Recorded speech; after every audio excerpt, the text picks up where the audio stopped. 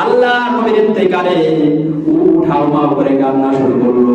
উটের চোখ দিয়ে দর দর করে পানিগুলা জমিয়ে পড়ে, আর উট খানা পিনা সব বন্ধ করে দিয়েছে। একদিন যায়, 2 দিন যায়, 3 দিন যায়, উট খাবার মুখে দেয় না। বলে কার জন্য বেঁচে থাকবো রে? যে নবী যার সঙ্গে আমার দীর্ঘ সময়ের সফর, দীর্ঘ সময়ের পথ চলা। এই উটটা সাধারণ উট নয়, এই উট অনেক ইতিহাসের সাক্ষী। এই উট মক্কা থেকে মদিনায় যখন হিজরত করেছেন, আল্লাহ নবী এই উটের উপর আরোহণ করে মদিনায় হিজরত করেছিলেন। এই উট হলো সেই উট যে উটে আরোহণ করে আল্লাহ নবী হুদায়বিয়ার সন্ধিতে অংশগ্রহণ করেছিলেন। এই উট হলো সেই উট যে উটে অংশগ্রহণ করে আল্লাহ নবী বিদায় হজের ভাষণ দিয়েছেন, যে উটে অংশগ্রহণ করে আল্লাহ নবী মক্কা বিজয় করেছেন।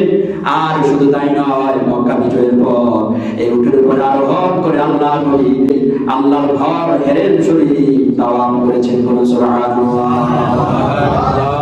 শুধু তাই নয়, আল্লাহ নবী জীবনের শেষ হজ, বিদায় হজের ভাষণ দিয়েছেন এই উটের উপর আরোহণ করে।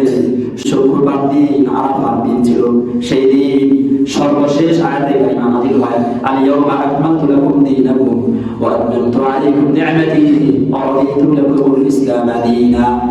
আল ইয়াউমা আকমালতু লাকুম দীনাকুম, আজকে আমি তোমাদের জন্য দ্বীনকে পূর্ণ করে দিয়েছি। ওয়া আতমামতু আলাইকুম নি'মাতি, আমার নিয়ামতকে পরিপূর্ণ করে দিয়েছি। ওয়া রাদিতু লাকুমুল ইসলাম দীনা, আর ইসলামকে দ্বীন হিসেবে তোমাদের জন্য মনোনীত করেছি। বলুন সুবহানাল্লাহ। কোরআনের সর্বশেষ আয়াত নাযিল হয় এই উটের উপর আরোহণ করে। তাফসীর ইবনে কাসিরে আসছে, এই আয়াত যখন নাযিল হয় তখন উট এই আয়াতের ভার সহ্য করতে পারে নাই, উট মাটির মধ্যে ডেবে গিয়েছিল। আল্লাহ নবী যখন দুনিয়া থেকে বিদায় হলেন, উট দর দর করে চোখ দিয়ে পানিগুলো ঝরতেছে, তার সে খাওয়া দাওয়া বন্ধ করে দিয়েছে।